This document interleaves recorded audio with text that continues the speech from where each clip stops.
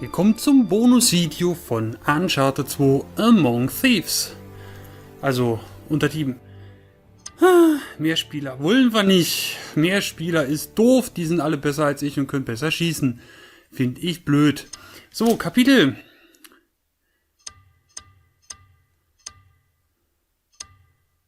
Hier kann man quasi... oder auch nicht. Ich wollte gerade sagen, hier kann man so nochmal alle durch sich gucken. Geht aber nicht. So. Boni. Geschäft. Ich habe 115.000. Einzelspieler-Designs. Hier kann man sich quasi für das Guthaben, was man sich im Laufe des Spiels so, ja, erarbeitet hat, dann verschiedene Sachen kaufen.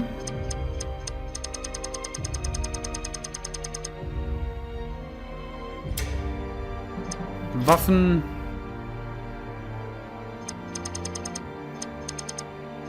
Keine Ahnung, warum man sich die kaufen sollte.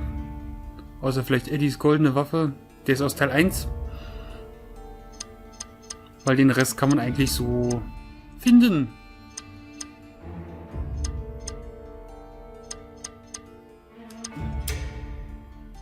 Rendermodi.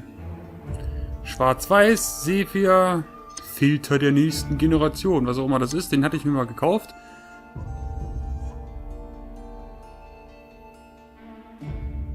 $10.000. Nee. Bonusfilme haben wir. Galerien haben ich mir alles gekauft. Feineinstellungen. Beschleunigt, Zeitlupe, spiegelverkehrt, verkehrte Welt, unendlich Munition hatte ich gekauft. Hat nur nicht funktioniert. Einschusseliminierung. Keine Schwerkraft, das ist sicherlich besonders lustig.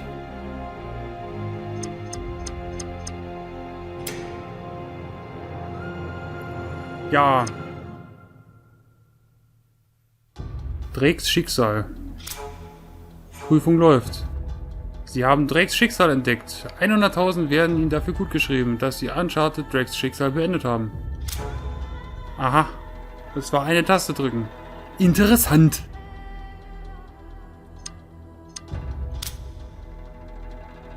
Ja, dann können wir das ja hier auch mal kaufen.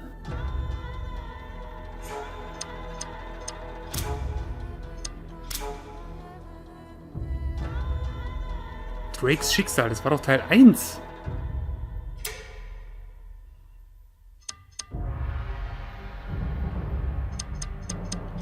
Kann man sich das denn hier wenigstens... Donut Drake, Straßenkleidung,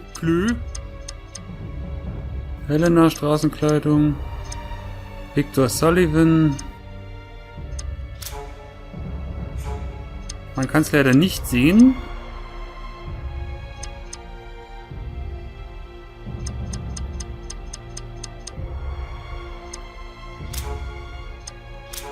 Aber wir haben eigentlich genug Kohle. Ah! Jetzt werden die danach freigeschaltet. Alles klar.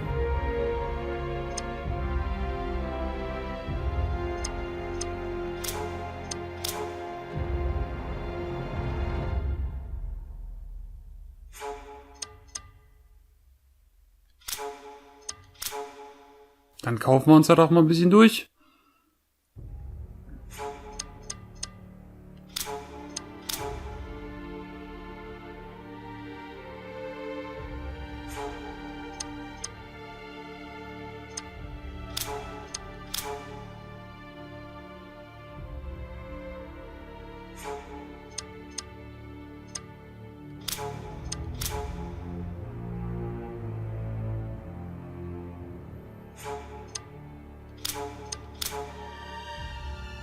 Wahrscheinlich dann für die Mehrspieler-Varianten.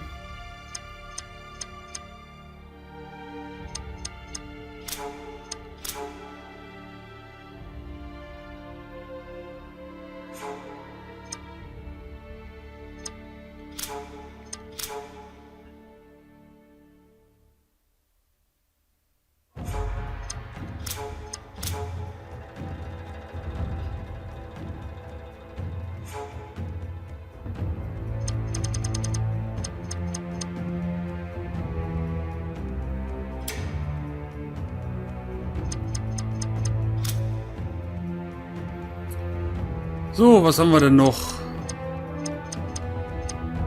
Zeitlupe ist allerdings ziemlich bescheuert. Beschleunigt ist eigentlich doof. Verkehrte Welt, naja. Jedes Mal, wenn Drake stirbt, wird im Spiel links und rechts vertauscht. Was für ein Schwachsinn. Macht die Welt spiegelverkehrt.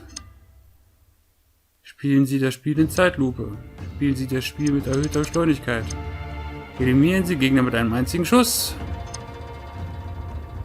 Und die Objekte werden nicht von der einige Objekte, also nicht mal alle, sondern nur einige.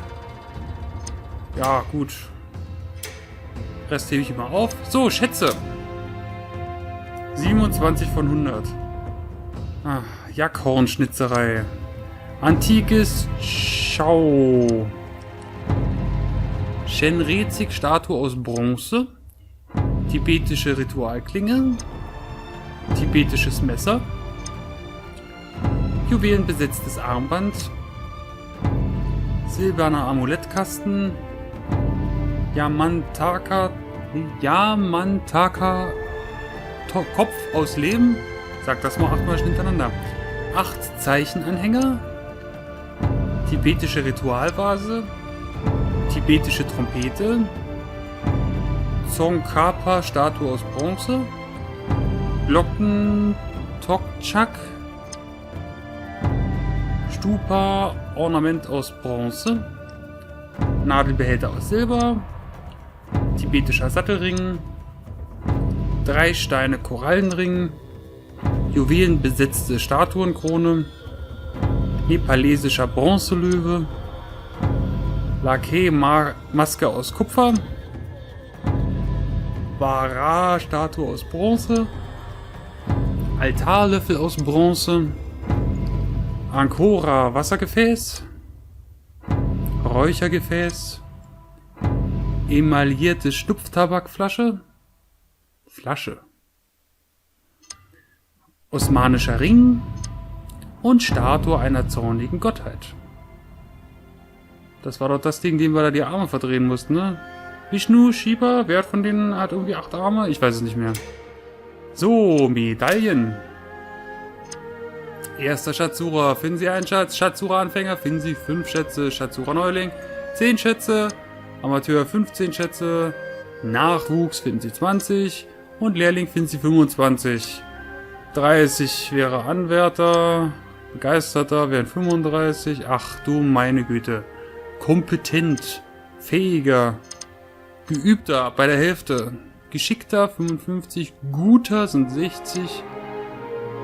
Fortgeschrittener 65. Profi 70. Führender 75. Experte 80. Top wären dann 85. Genie wären 90. Perfekt 95. Und Meister sind alle.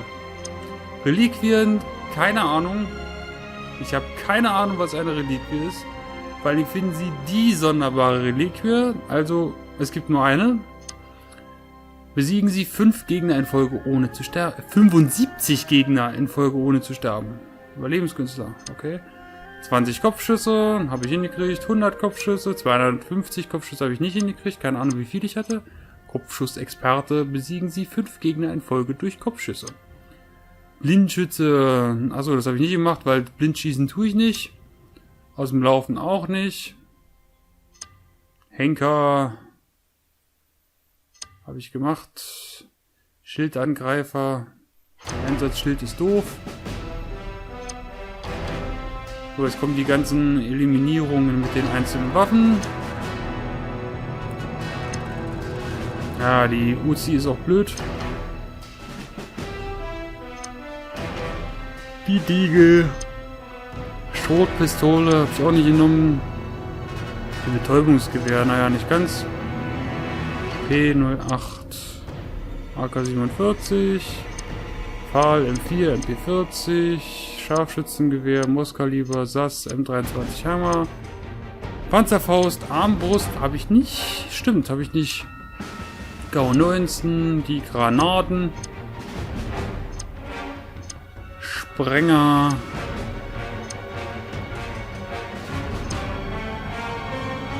Fünfmal 3 Gegner. Granaten. Ach, Granaten kann man auch schmeißen. Ja, logisch, warum nicht? Bombenwerfer. Schießen sie auf 3 Gegner, damit diese ihre Granaten fallen lassen. Ach, das habe ich geschafft. Bombenwerfer.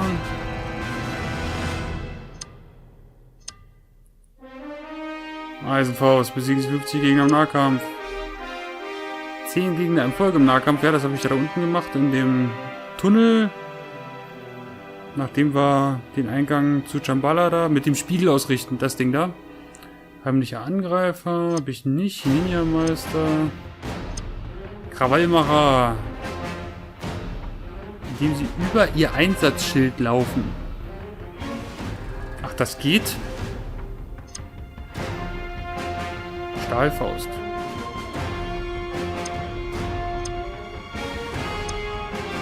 Tierbändiger. Zähmen Sie alle Yaks im Dorf.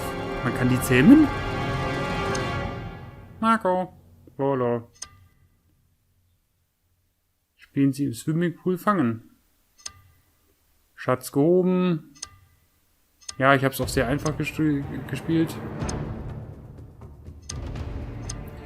So, jetzt kommen die ganzen... Ich kann es ja nochmal langsam durchklickern.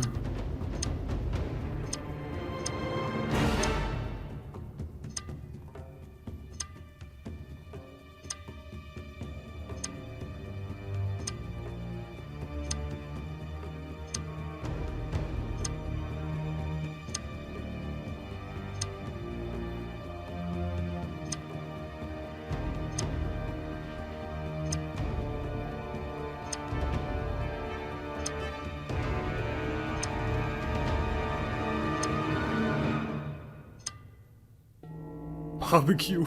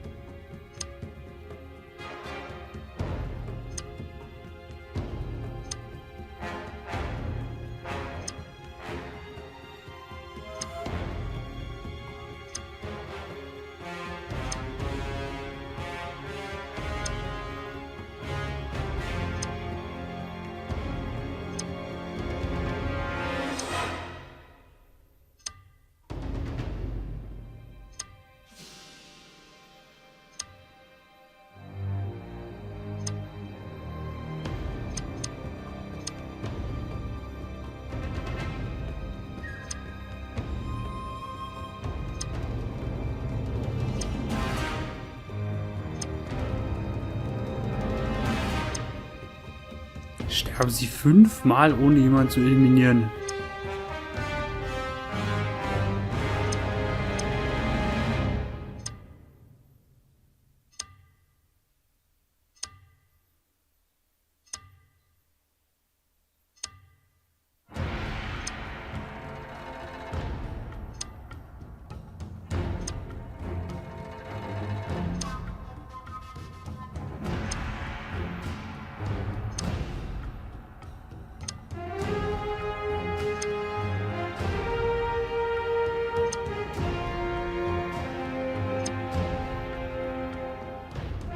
So, das war's.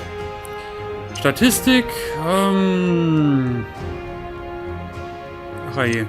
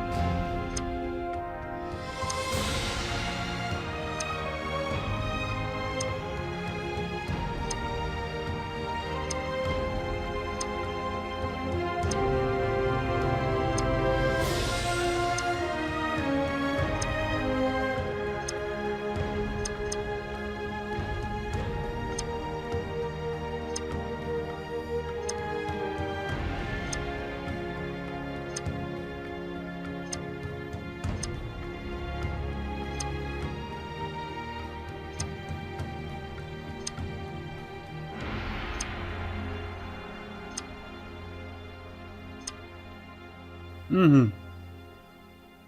Toll. Mann, bin ich schlecht. So, Galerie.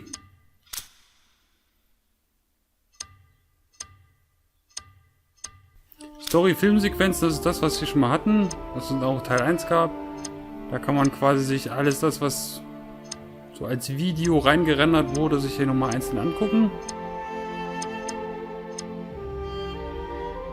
Der Arsch ist es wert. Genau.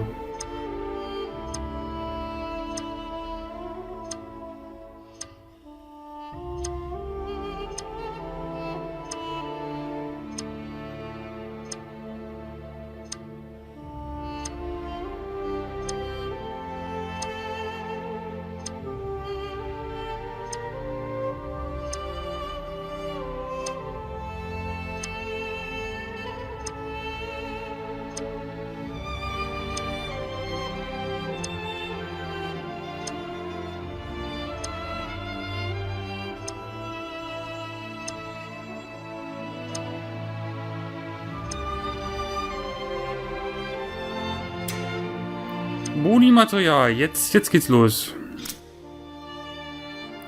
Wie üblich, hier sind die ganzen Videos. Unten seht ihr erstmal, wie lang das ist. Ich lasse die laufen und wünsche euch viel Spaß dabei. Hinter den Kulissen, Technik und Gameplay.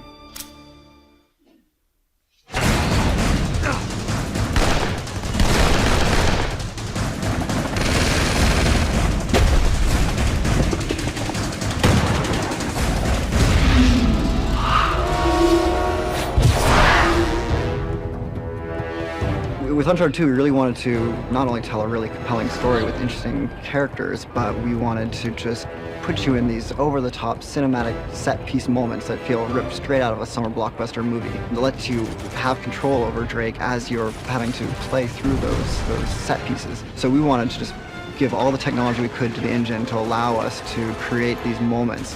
What the hell are they doing? On PlayStation 3, for our first game, we were using probably only 30% of the power of the cell, and this time we're like getting close to 100% of like using all the power of the PS3, and how can we use it just to make the game look just beautiful and have better gameplay and just more everything over the top and all that stuff. Uncharted 1, when it was a hard project because we had a lot of new IPs, new team, new system, new engine, new everything. I would always say Uncharted 1 was like doing brain surgery with a chainsaw. In Uncharted 2 is a totally different beast. We have precision instruments now that freed up a lot of time for the production, and that was huge because that gave us the time to do more creating rather than R&Ding.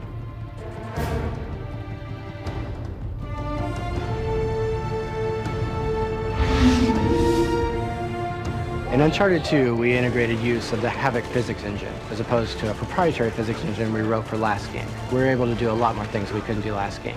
We can have light fixtures hanging up the ceiling that are dynamically reacting to events that are going on around you. We have destructible cover all over the place. What we want to do is blur the line between the pre-computed physics stuff that we pre-process in our 3D software and the stuff that's happening live in the game is dynamically reacting to explosions and gunfire. And our goal is to have those two things coexisting without ever betraying what's going on behind the scenes. The biggest thing I think that we want to do from Uncharted 1 to Uncharted 2 was really to just push the characters to just another level of believability. We decided to just add a lot more polygons into the model and really redo the entire face rig to kind of get those secondary motions of the face, like the subtle details of like the muscles moving good. And we use like so much of the power of the PS3. I mean, we're literally creating characters that are just like film. It's pretty amazing. You can't know about us.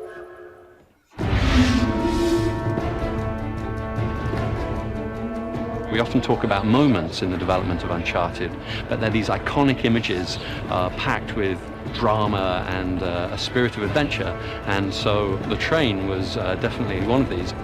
We wanted a technology that will let us place Drake on objects, be able to move those objects, break them apart, and still keep the player's gameplay intact the whole time. And we're calling them active cinematic experiences. You're fully in control of Drake while something big is happening. Like staging a battle on the roof and inside of and on the sides of a train that's speeding through the Himalayan countryside. that represented really major hills for us to climb in terms of technology and then how we would develop the gameplay scenarios inside of those spaces and using those technologies. But they're so instrumental, they're so fundamental to the game that Uncharted 2 has become that we're very glad that we chose to do those things. Oh, crap.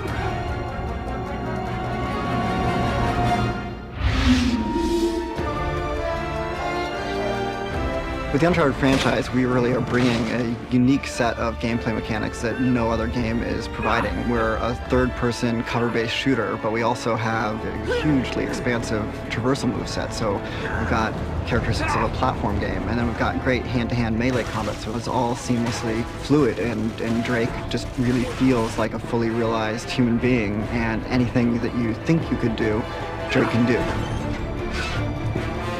So in Uncharted 2, we had 3 pillars of gameplay. We had traversal, we had gunplay, and we had hand-to-hand combat. And we set up scenarios, and we changed the animations. We did all these things that would enable you to kind of seamlessly go to any of those things at any time. And so we really wanted to kind of give that really good cohesive feel to your entire experience.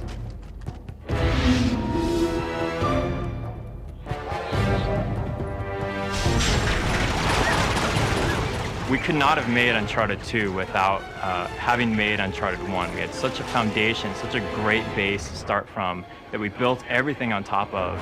And so our goals for Uncharted 2 were to just really expand even more. We're constantly having to find ways to optimize and to, like, how can we squeeze more in during the experience? And we have more than achieved that goal. We've definitely outdone ourselves on this game. Oh God, be careful.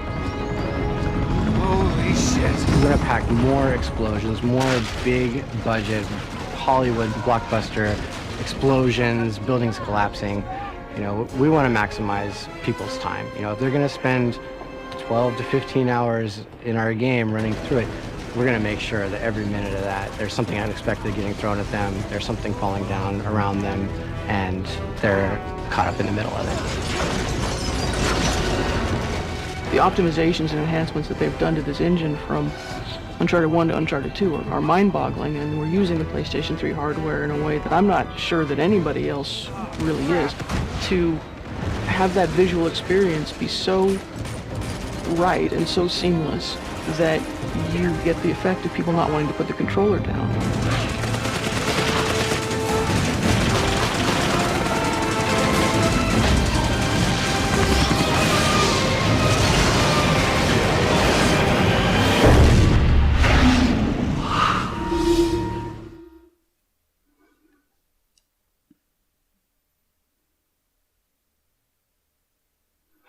Machen wir gleich weiter.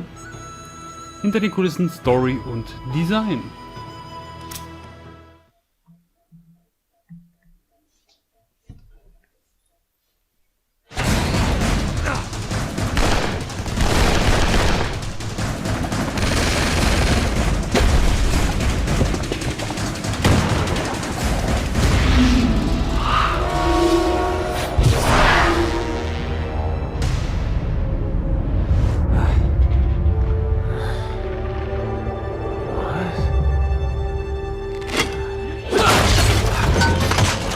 Faced a huge number of challenges in making Uncharted 2 Among Thieves.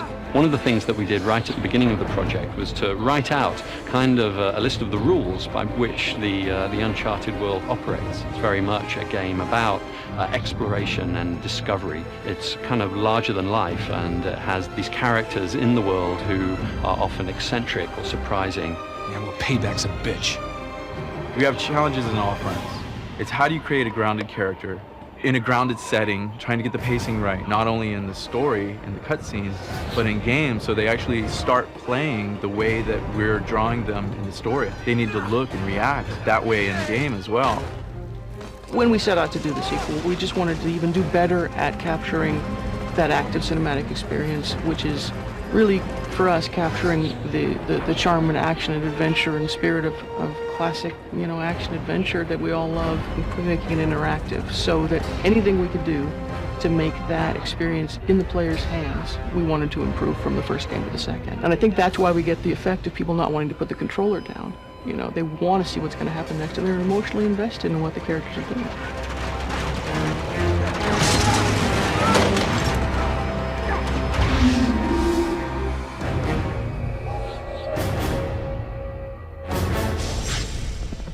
He's got a really unique character in Nathan Drake, so we really wanted to delve deeper into the character, figure out what makes him tick, and expand the cast of characters to allow him to have a lot of different individuals to play off. Nate, this is Carl Schaefer.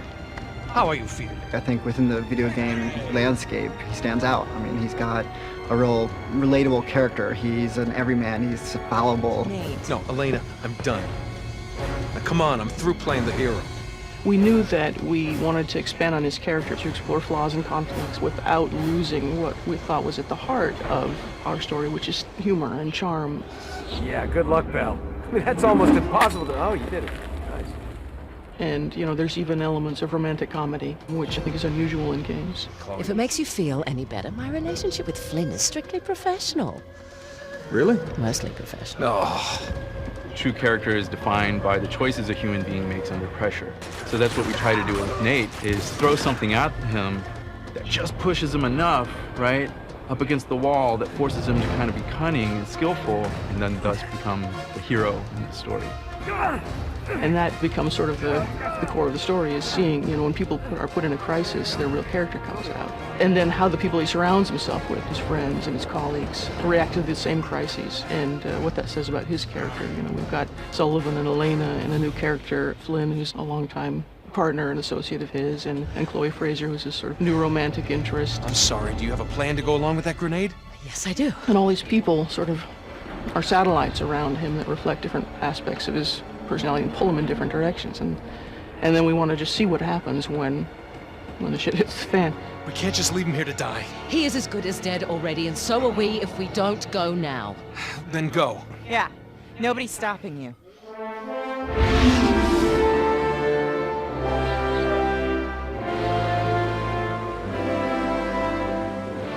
Uncharted has always been grounded into reality, and we try to thread the fiction and reality. We try to push it as much as possible to the fantasy, but it's still believable. We've always wanted this very lush and colorful world. We want just vibrancy in all of our textures, detail. It's just all about detail, detail, detail. Some of us actually been to the Gompas in Nepal and Tibet, and we look at the location and the culture and how rich the architecture is, and just how they've developed their culture and the colors and the design. And sometimes reality is better than almost anything you can create.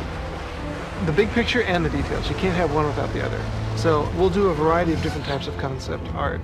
We'll start off with sort of the big production paintings that give you the breadth and scope of what the level's supposed to look like. And they'll do tons and tons and tons of pages of, you know, what do the pipes look like? What does this look like?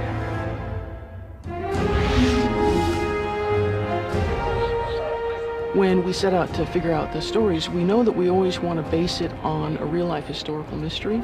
Our catalyst for this story was a real-life story about Marco Polo, one of the first Westerners to travel to China as a trader, as a merchant. And the mystery surrounding his return home was what we used as our launching point. Marco Polo leaves China with 600 passengers and 14 ships loaded down with treasure from Kublai Khan. Now he lands in Persia a year and a half later with only one ship left and only 18 passengers. So somewhere out there are 13 ships loaded with the Emperor's treasure waiting to be found. Yeah, and that is what your client is after. And because we base a lot of our historical backstory on facts, you feel a lot more grounded. The Chinnamani stone gave us a nice artifact, something meaty with a real historical context for Drake to pursue. So here we have this artifact that somehow ties into Shangri-La, and that was another grounding for us. A lot of people pay lip service to trying to tell a good story in a video game, but they don't really take the steps necessary to deliver on that promise. And our team really has embraced that challenge, and I think we're providing a level of character-driven plot that most games just aren't capable of doing. And we combine that with a really rich gameplay experience that weaves that narrative into the game as you're playing it, and it's just that whole package that we're bringing is what I'm most proud of. But what is it they say? Fortune favors the bold. Right. Lucky me.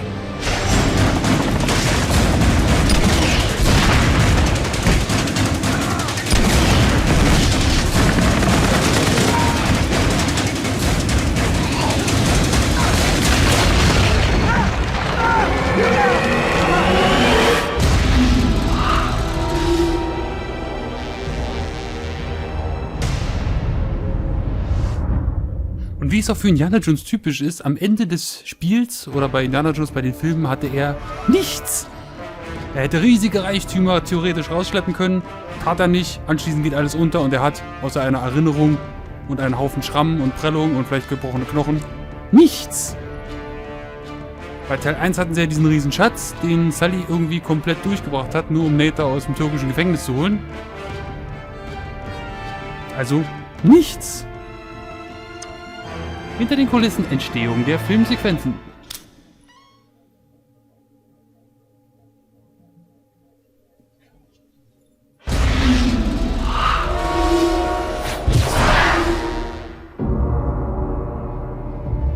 Find the remains of my expedition and you will have your proof.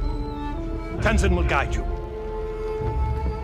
One of the advantages of having actors who do both the voice and the physical performance on the stage is that you get this unique energy when actors interact with each other that you just don't get when you record everybody separately in a sound booth.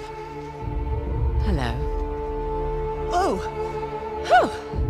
So much for foreplay. We allow a certain degree of improvisation among the actors.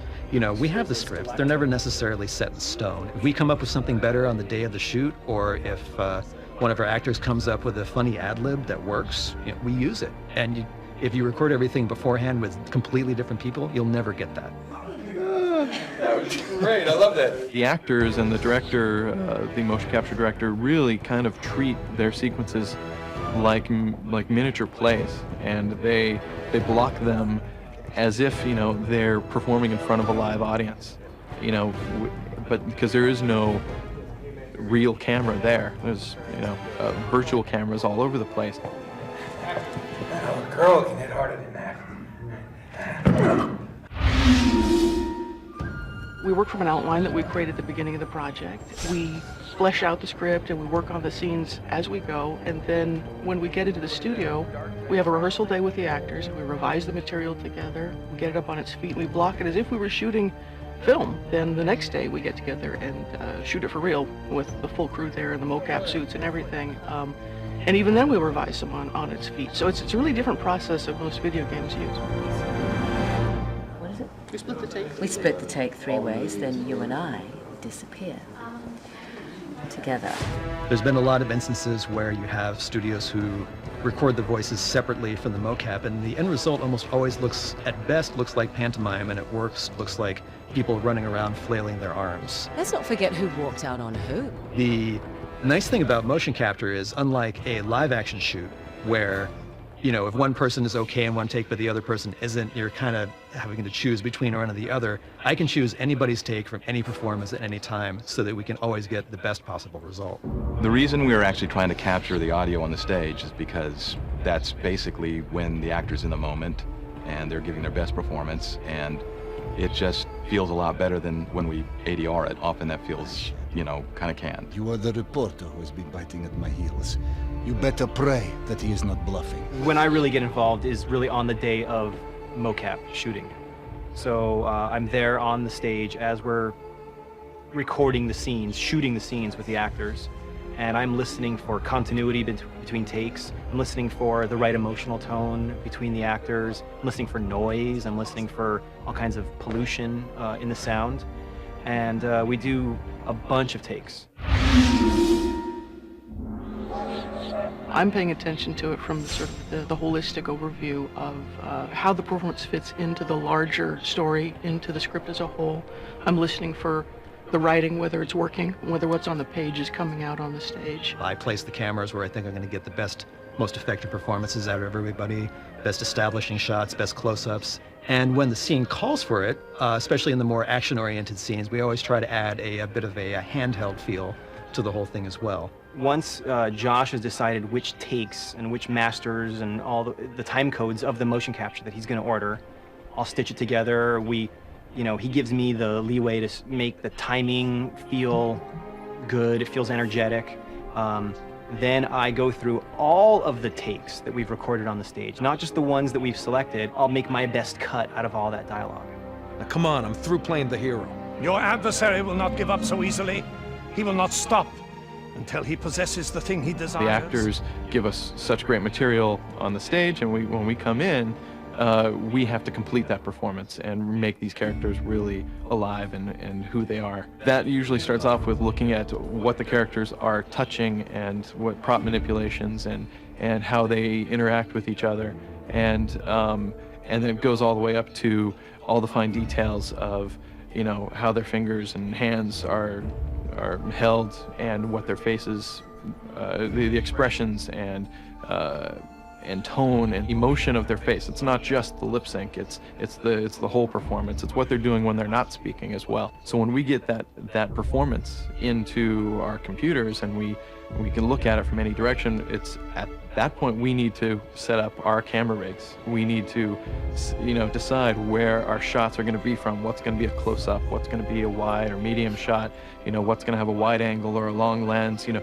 So we get to start that once the performance is already in. Yeah, we like to do a lighting study, what we call a lighting study, and look at the action, look at the location, understand the story point, really look at the subtle motion, the interaction of the characters, try to pick, you know, some real, you know, hero frames, some key points, some key frames in that story point, you know, in those scenes, and really light those to really bring the action to life. We start to move lights around in real time in the game, so we can, you know, grab a hold of the sunlight and move it around and see, oh yeah, that angle of lighting really works nice on the character, and it really brings out the right emotion, you know. So we get the right angle, marry that with the right color, now we've got a compelling shot developing. My relationship with Flynn is strictly professional.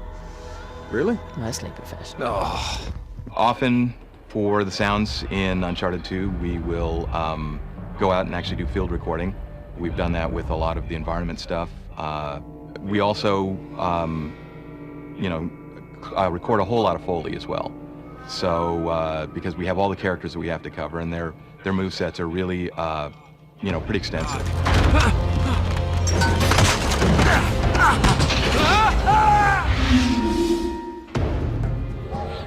Well, since our goal is to make sure that this sort of cinematic experience that we're providing, both interactively and in terms of the pre-rendered cutscenes, is as seamless as possible, we wanted to make sure everything happened within the same rendering engine, which is our game rendering engine. It's awesome. I mean, it's amazing because, you know, you can play the game, segue right into the cinematic, use the game engine to light these cinematics, bring them to life, and just make it really, really immersive, you know, using the game engine. Just one goes into the other and out, and so continuity is it's just there.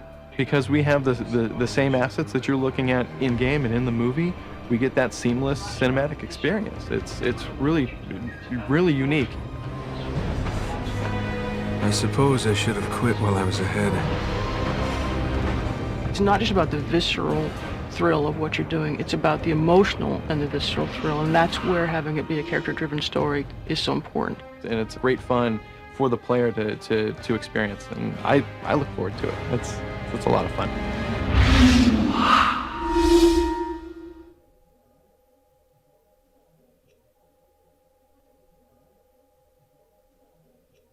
Machen wir gleich weiter mit den Online-Technologien.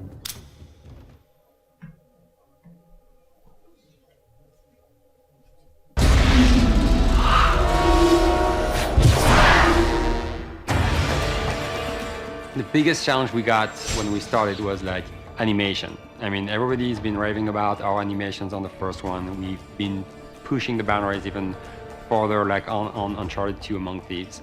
And we're like, okay, that's great, but how are we gonna make that work online? I remember I got really excited when I got on my monitor like 2 drakes running around. I called everyone in the office, say, hey guys, come on over. And like everybody like saw right away the potential. We were like, okay, that's huge. We spent a lot of time working on our technology to just bring animations across the network so that you can see the other players at the same quality you would see just like NPCs or enemies in the game.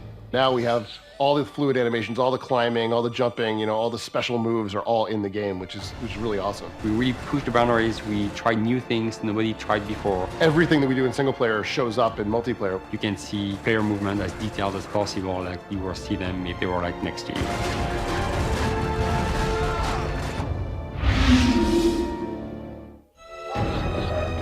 So when we started to work online, we also want to make sure the experience for the player would be just as simple as it is when you play single player. So you hit start, you start the game, you play. I can very quickly jump online, hit our matchmaking system. There's no waiting around, there's no nothing. I'm pushing a button, I'm in the game. I'm finding people of like skill, so it's bouncing me up and down and putting me into the right level, so I know that every game I play is going to be fun. I'm going to be constantly challenged, but it's not going to be too hard. Also, something that's very important is be able to play with your friends, and that's why we created our party system. If I have a bunch of friends online, I can very easily invite them to join my party. I can see them in their party, jump in with them with one button press. So that if you go and make a custom game, they're going to play that custom game with you. If you go in matchmaking, they're going to come and be in your team and follow you in your matchmaking. So that's key, because a lot of people want to play with their friends too. It's super important, to be able just to chat with your friends and make fun of them sometimes if they die and stuff like that. We made it really extremely easy. So I'm sure people are gonna use that feature a lot. In the cinema mode, we record the games that you've played, so you can go back and watch games that you've played before and see, what exactly you did. The last game you played. We save your games when you play them. You can replay them.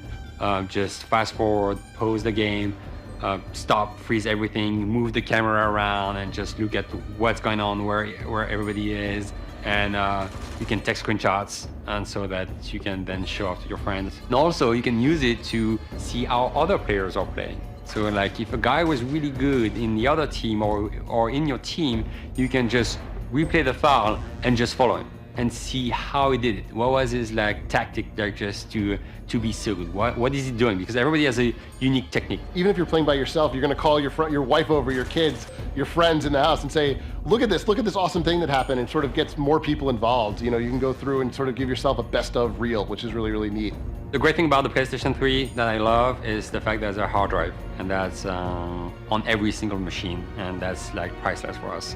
So cinema mode was very easy because we can save your cinema files to your hard drive very easily, and also we're having some technology using the cloud where we can save the files, your cinema files, to the cloud, so that when you want to share it with your friends will be able just to get it from the cloud and download it to their own PS3, to their hard drive. Ultimately, statistics are sort of the rawest form the game takes. So as a designer and as a player, it's important that we're able to see those things so we know where the game is unbalanced. I would never be able to make the game fair if I couldn't tell what the statistics were for any given map in any given mode. We have to be creative because PSN is free, and I love that. It's the fact people can just play online games for free at any time, and that's huge. And it's good because it forced us just to find new ways to store that data, and that's why we started to work on the cloud technology. Things that I thought were cool maybe didn't work. Maybe there was too many deaths there. Maybe maybe nobody ever went there.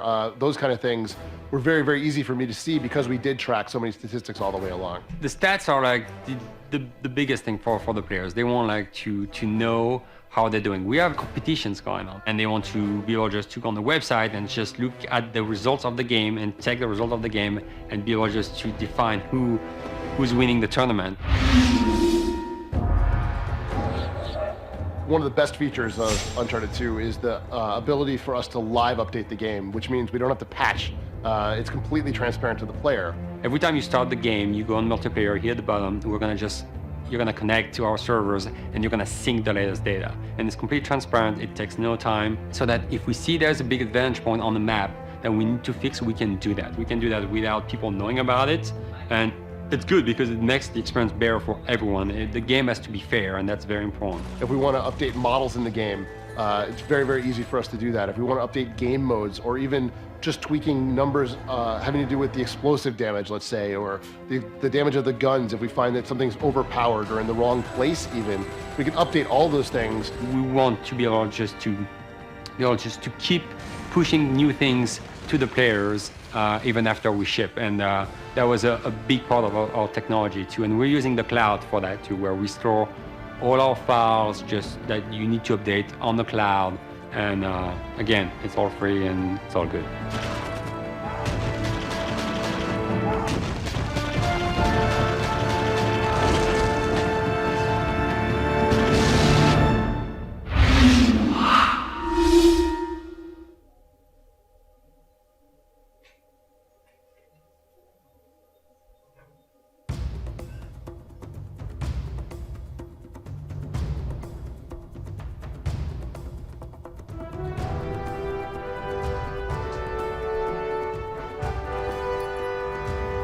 Naughty Dogs. Na gut, nur ein Naughty Dog hinter den Kulissen. Jetzt geht's wieder wahrscheinlich um Hunde, um ganz viele.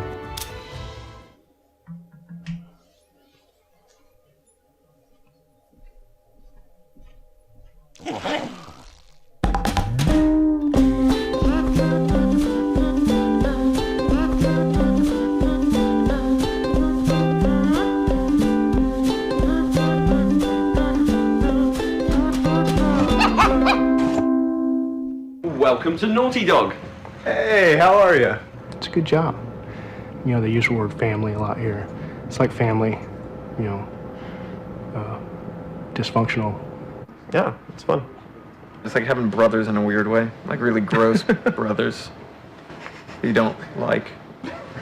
I hate them all. It's like having a bunch of brothers and sisters around. Now it's like I've worked here long enough that I've got to know you guys. Like, you know, like my brothers, like that dude over there. Yeah, so, yeah. It's a nice little kind of marriage, so to speak. And the people are really great to work with.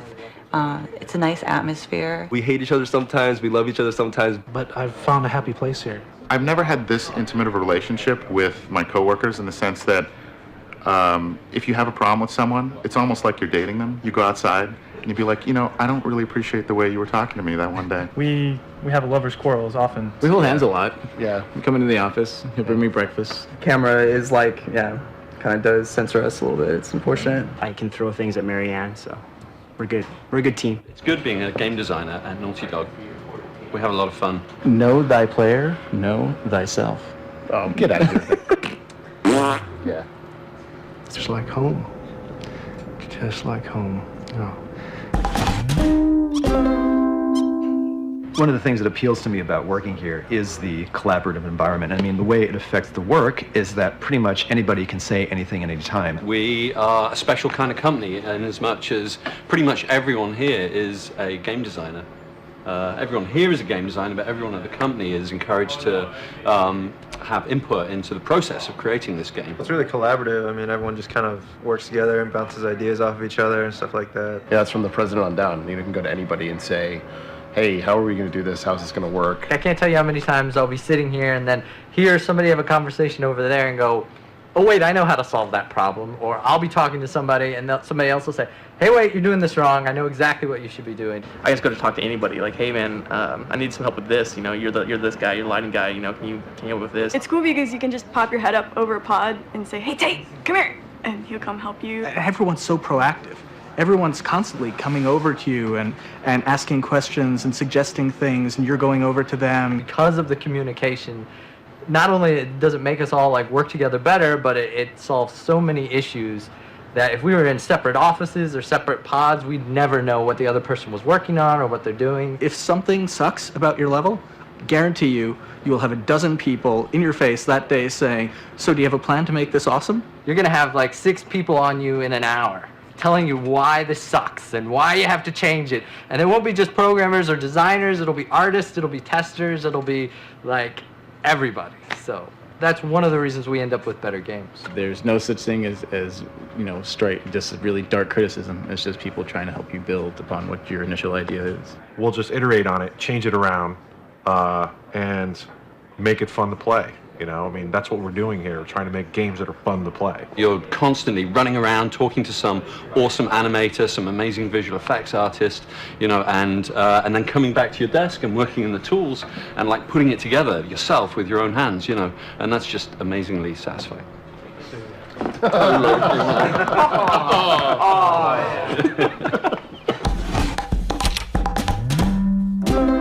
a privilege and a pleasure to work with everybody here because they're, you know, respected in their fields. They're very good at what they do. Everybody here has 3 things in common: talent, determination, and passion. Naughty Dog is just made up of many, many extremely creative people who are, I think most importantly, really concerned about getting their own work looking as best as it can. We recognize everybody's strengths and we leverage everybody's strengths. They've collected a bunch of people that are, you know, really competent and really good at what they do, and they, as much as possible, try and stay out of their way and let them do what they do. I haven't met a single person at this company who doesn't know what they're doing. When I found out that I got my job at Naughty Dog, I freaked out. I called everybody, I screamed, I jumped around, I danced. It's really hard to get a job here. So once I was able to get a job here, I was like, yes, finally. There's a lot of egos too, just like any place, and there's a lot of talented people, and so that's going to mean a lot of egos. And I think everyone has a mutual respect. Last game, our level of cinematics were here, pretty high, I think. And then I think this game, our cinematic level is going to be up here. Camera can't get that high. We have an awesome programming team who gives us the tools that allows us as artists to take our creativity as far as it can go. They're not completely focused exclusively on the technical implementation.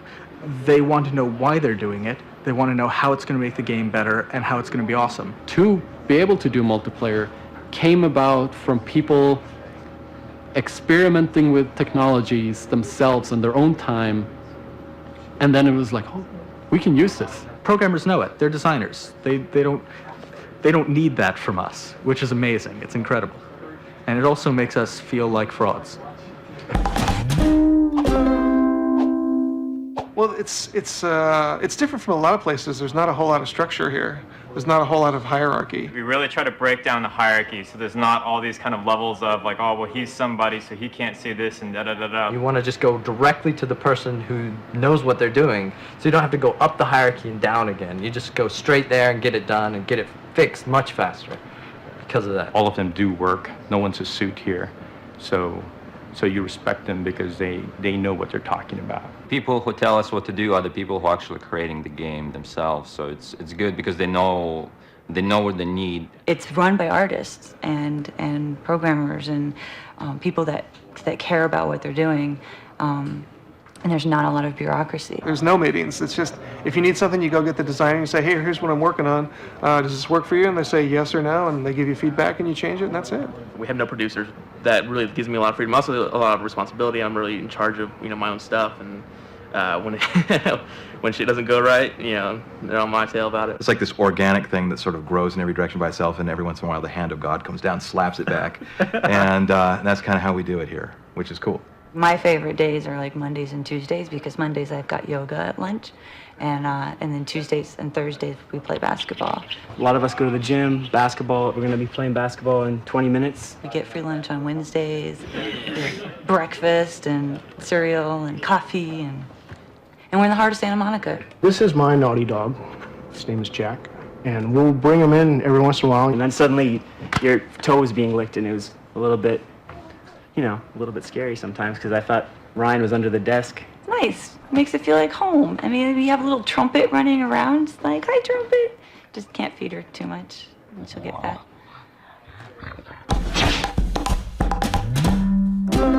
Dude, how's that? I'm like, it's awesome. I'm sure it'll be awesome. It's an awesome thing. It's been awesome. It was awesome. It's awesome. Awesome. Working here is just awesome. It's pretty awesome. Make it even more awesome. And you're like, okay, we're on the same wavelength. Make it awesome. Make it awesome. Good.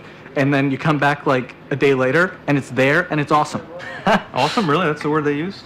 Man, we thought the designers had a better vocabulary than we did, but apparently not.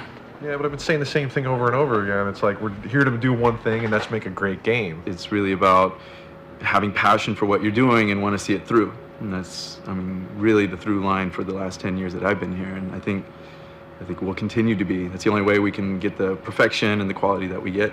Of the 13 years I've been here, it's probably the strongest Naughty Dog it's ever been. Definitely. Put it against your head like Michael Jordan. Let me start that again. Out of my craziest imagination, I can't imagine using yak crap in poo patties on your wall. The reality is I just hit the table with my head. And every pixel's a photon, and you start to feel the game and live the game. Next thing you know, you're inside the game. But Hong's not telling you that he takes amazing pictures of beautiful women in his spare time. Yeah, well, payback's a bitch. Oh, crap. I'm last year's model. Where there's golds, there's guns. What was the question? And working with him. Let me try again. Cut. Late at night, we usually. Oh, it's good you just called yourself a designer. Yeah. You can cut that, right? You should really do real world style. Do you guys bleep? Do you guys just bleep stuff out? Would you still use the footage, but you just leave that shit out right then? Toll, wie sich das übersteuert. Ihr sollt ins Mikro rein sprechen und es nicht auffuttern. So, weiter mit den Kulissen. Die Zelle meistern. Knast? Warst du schon mal in einem türkischen Gefängnis?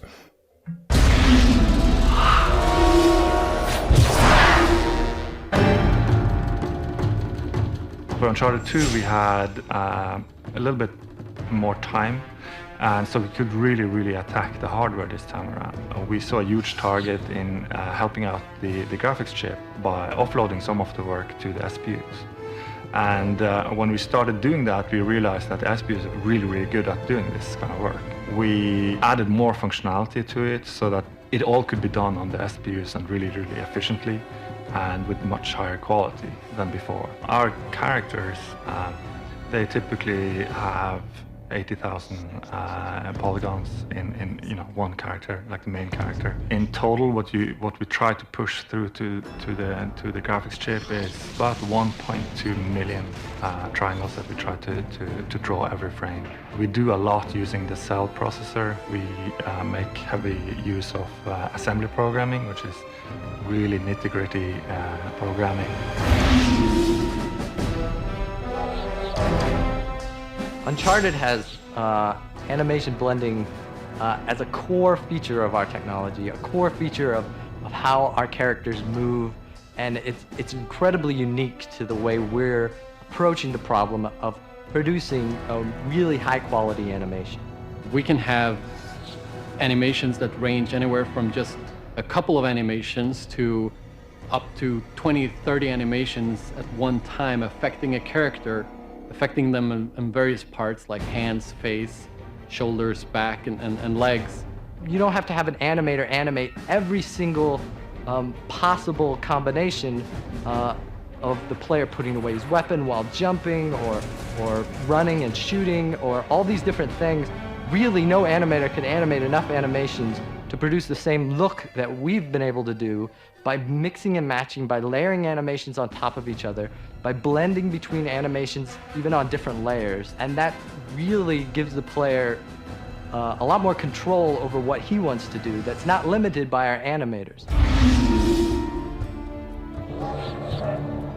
We added more functionality to it so that, for instance, the camera motion blur,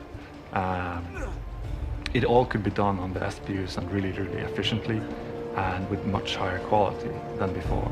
So we added lots of things on top of it, including bloom and downsampling, the focal blur. And the interesting thing about the focal blur is that we're actually being very accurate, so that when you fight with a character, we can focus on what's happening in close combat. Whereas when you aim at someone far away, we can focus on what's happening far away, and things that are near blur out. So it really guides your eye, maybe in the same way that your eyes focus on something in the distance or close. Now that we don't have to do the post effects using the graphics chip, that means that the graphics chip can do more, which means that we can render more polygons and have more interesting background. So all in all, it's a huge benefit for the graphics. Oh, crap.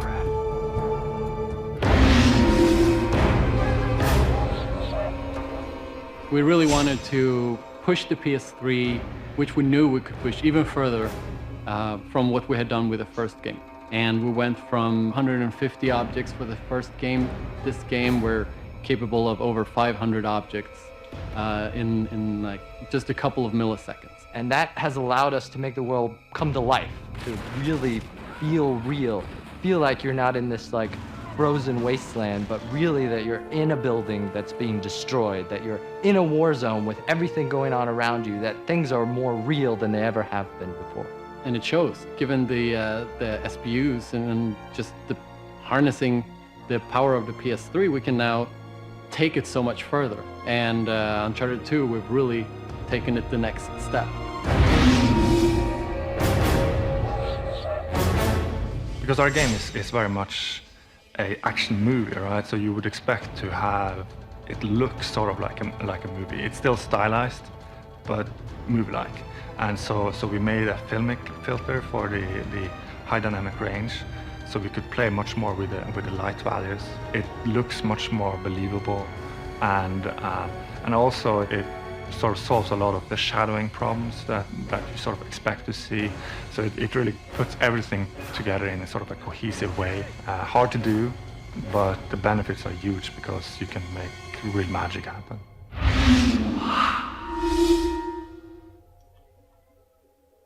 Magic things has happened.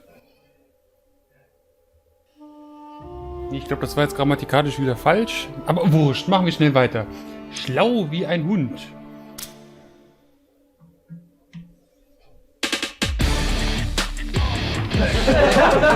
There's chocolate? Like you get a new look for it.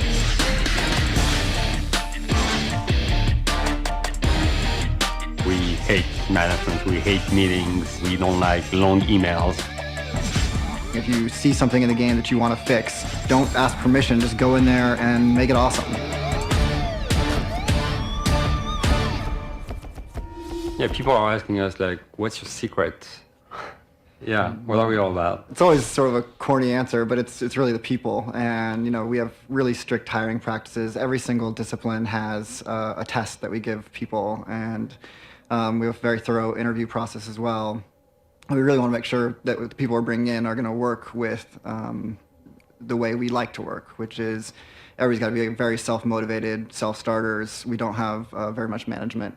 We say like we don't hire people so they can work for us, but we hire people so we can work with them. We hired people because of their talent and their creativity, and we want people to just get in there and collaborate, because that's where the magic happens, really. I mean, when you've got a programmer working with an animator or a modeler working with a text artist, and they're sitting right next to each other and they're communicating on a daily basis. Like bureaucracy or hierarchy, all that stuff. That's just like, this is not us. And we are like just trying to be as plain as we can in terms of our organization, try to be efficient, go to the point, and get done. Just like we trust everyone just to be on top of what they have to do. Well, and that's the thing. I mean, I think we're somewhat spoiled because, as we're saying, we have this amazing team, and we've got these people that we can trust, and they're going to do great work even if they have very minimal direction. No. And that's the kind of people that we want to bring into Naughty Dog. I mean, in the end, that environment can kind of be chaotic, but that's sort of what we all thrive in, and it's organized chaos, and sometimes not so organized chaos. Yeah, but in the end, I know we've got the team that can pull off those ideas and just make the game even better. So our team size is more than doubled in just the last probably 3 years, and we're still trying to maintain that small game company feel. We're trying to make sure that everybody feels like they've got a say in the production, and everybody's got a voice to be heard. I feel like every single day I come to work, I learn something. I'm being pushed by my peers around me to keep up with the state of the art. After shipping a game, we tell people, you know what, just go ahead. I mean, just try things out. You have no direction whatsoever. You have 3 months. Do whatever you want to do. Actually, a lot of the greatest ideas that ended up in the game of Uncharted 2 came out of that period of time, that first 3 months between Uncharted 1 and when we fully hit production of Uncharted 2. That period of time of just being able to be creative without restriction, I think really helps the entire production process. We are very communicative with the game development community at large. We talk to other developers within Sony and even other friends in the industry, and just try to bounce ideas off them, see how they've got their studio set up. If we know great guys who are making great games, and we're gonna ask them if they want to come by at our studio, and so they can check it out. We're really open about what we do. We're trying to share it with other developers within Sony, outside Sony. Now the teams are so big, the development process is so complicated. The challenges are so different. That just having the idea is only the first step, and you've still got 99 more steps before you're actually going to be able to implement that idea. Evan comes from design, and he's still doing design work. I come from programming. I'm still doing programming work. And so everybody from top to bottom works on the game, actually has a task that they're producing work that's making the game better. Nobody's just managing a schedule or pushing papers. We want the decision to be in the hands of the people that are doing the work. This is our first passion, and we don't want to lose that. I think we will probably lose some of the energy that we have if we can spend some time doing what's our first passion. Somehow it works. and cross our fingers. But yeah, it works.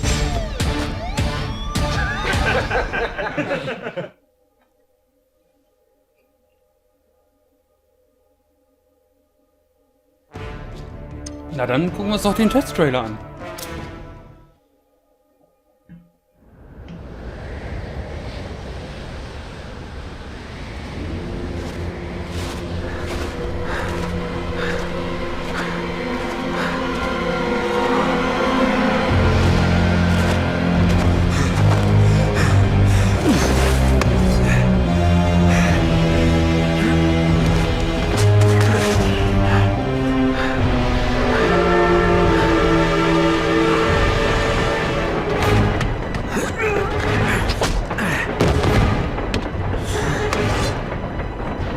Sorry, fellas.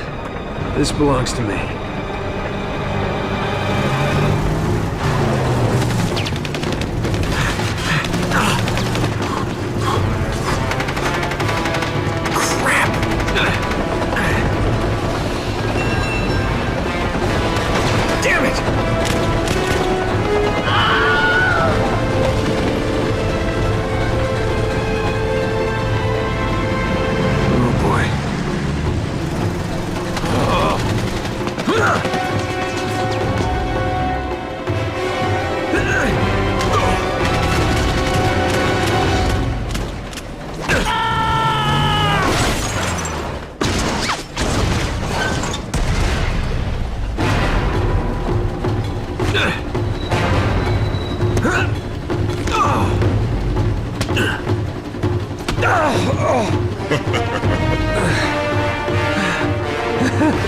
You know, I know a girl that hits harder than that.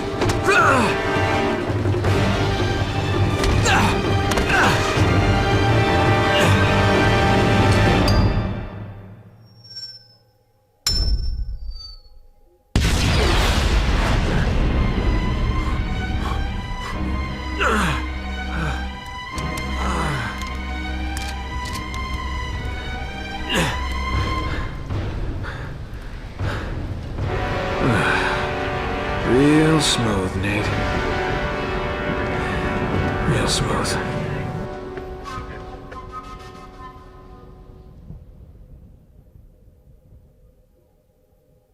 Ja, ist doch wie ein echter Film. Kann man doch genauso lassen.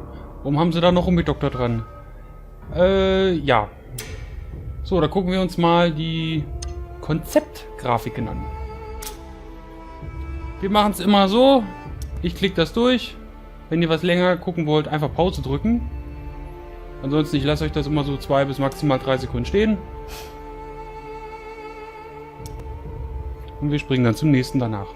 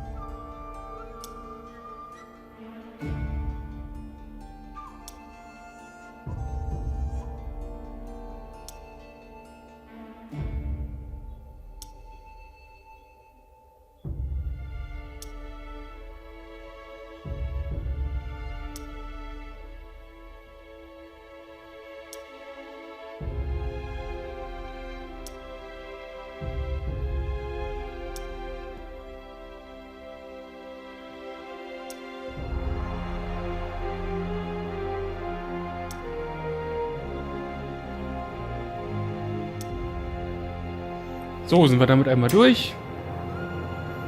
Machen wir gleich weiter.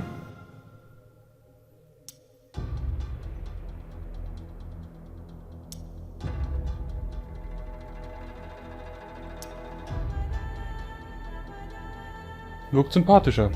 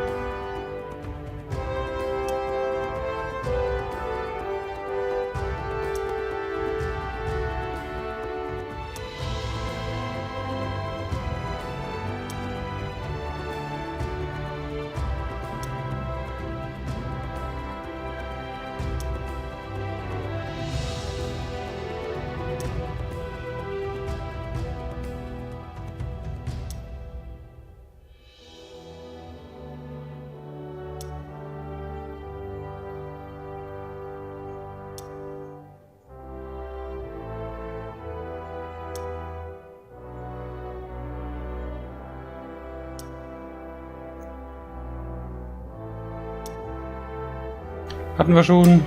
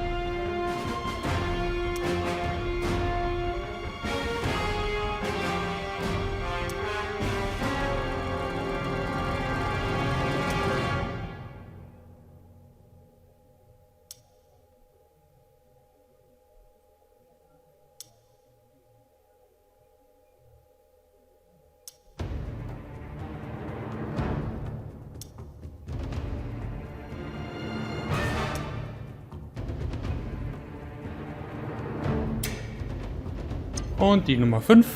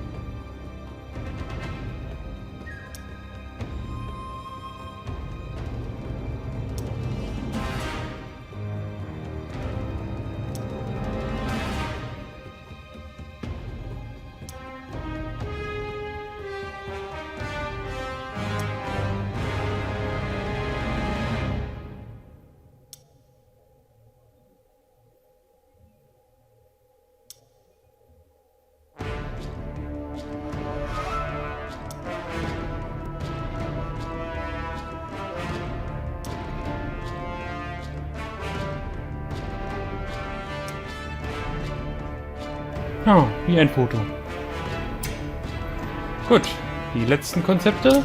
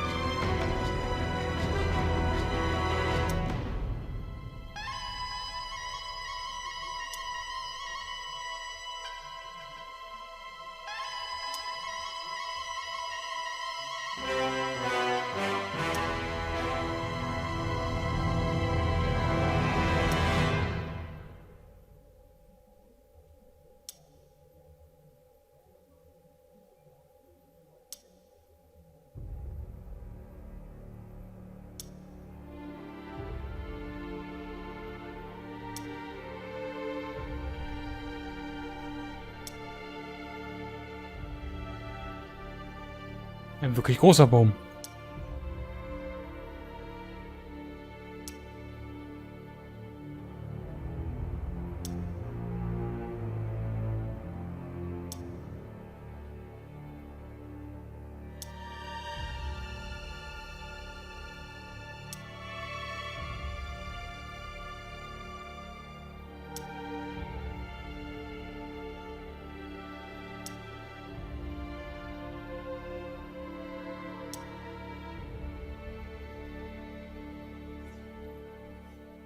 So, das war's mit den Konzeptgrafiken. Jetzt haben wir noch die Bonuskonzepte. Ah, ja.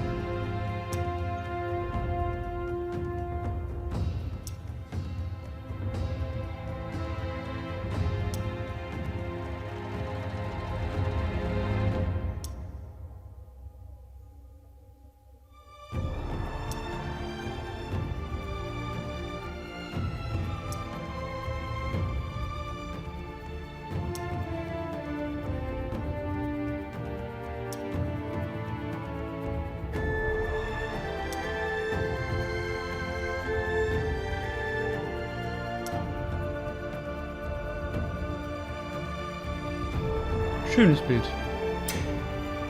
Dann gucken wir uns noch die letzten Konzepte an.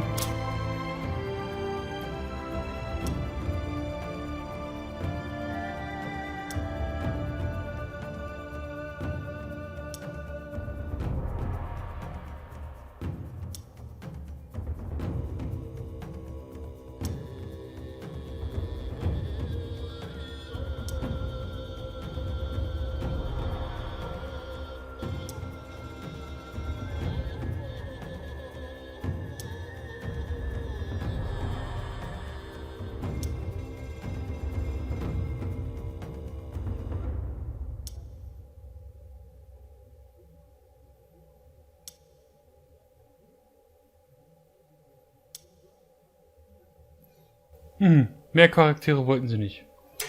Gut. Ja, sind wir durch. Haben wir alles gesehen, was Among Thieves so für uns zu bieten hat. Ich bedanke mich nochmal fürs Zuschauen. Wem das Let's Play gefallen hat und als erstes auf meinem Kanal gelandet ist und noch kein Abo dagelassen hat, schnell mal ändern. Sprich, ein Abo lohnt sich immer. Verpasst ihr keine weiteren Teile. Und ich wünsche euch noch einen schönen Abend, Nacht, Tag, was auch immer. Und wir sehen uns beim nächsten Let's Play wieder. Bis dann. Tschüss.